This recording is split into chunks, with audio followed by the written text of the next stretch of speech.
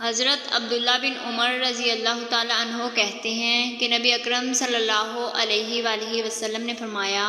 جب تم میں سے کسی کے لیے رات کا کھانا چن دیا جائے اور نماز کے لیے اقامت بھی کہہ دی جائے تو نماز کے لیے نہ کھڑا ہو یہاں تک کہ کھانے سے فارغ ہو لے۔ مسدد نے اتنا اضافہ کیا، جب عبداللہ بن عمر رضی اللہ تعالیٰ عنہ کا کھانا چن دیا جاتا یا ان کا کھانا موجود ہوتا تو اس وقت تک نماز کے لیے نہیں کھڑے ہوتے جب تک کہ کھانے سے فارغ نہ ہو لیتے، اگرچہ اقامت اور امام کی قرات کی آواز کان میں آ رہی ہو۔ سنن ابو داؤد حدیث نمبر 3757۔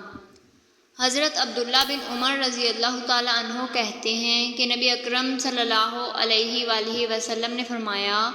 جب تم میں سے کوئی شخص کھانا کھائے تو اسے چاہیے کہ داہنے ہاتھ سے کھائے،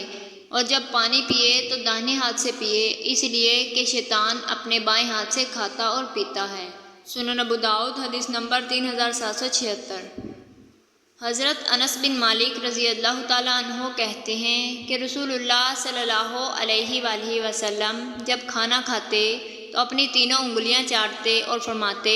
جب تم میں سے کسی کا لقمہ گر جائے تو اسے چاہیے کہ لقمہ صاف کر کے کھا لے، اسے شیطان کے لیے نہ چھوڑے۔ نیز آپ صلی اللہ علیہ وآلہ وسلم نے ہمیں پلیٹ صاف کرنے کا حکم دیا اور فرمایا، تم میں سے کسی کو یہ معلوم نہیں کہ اس کے کھانے کے کس حصے میں اس کے لیے برکت ہے۔ سنن ابو داؤد حدیث نمبر 3845۔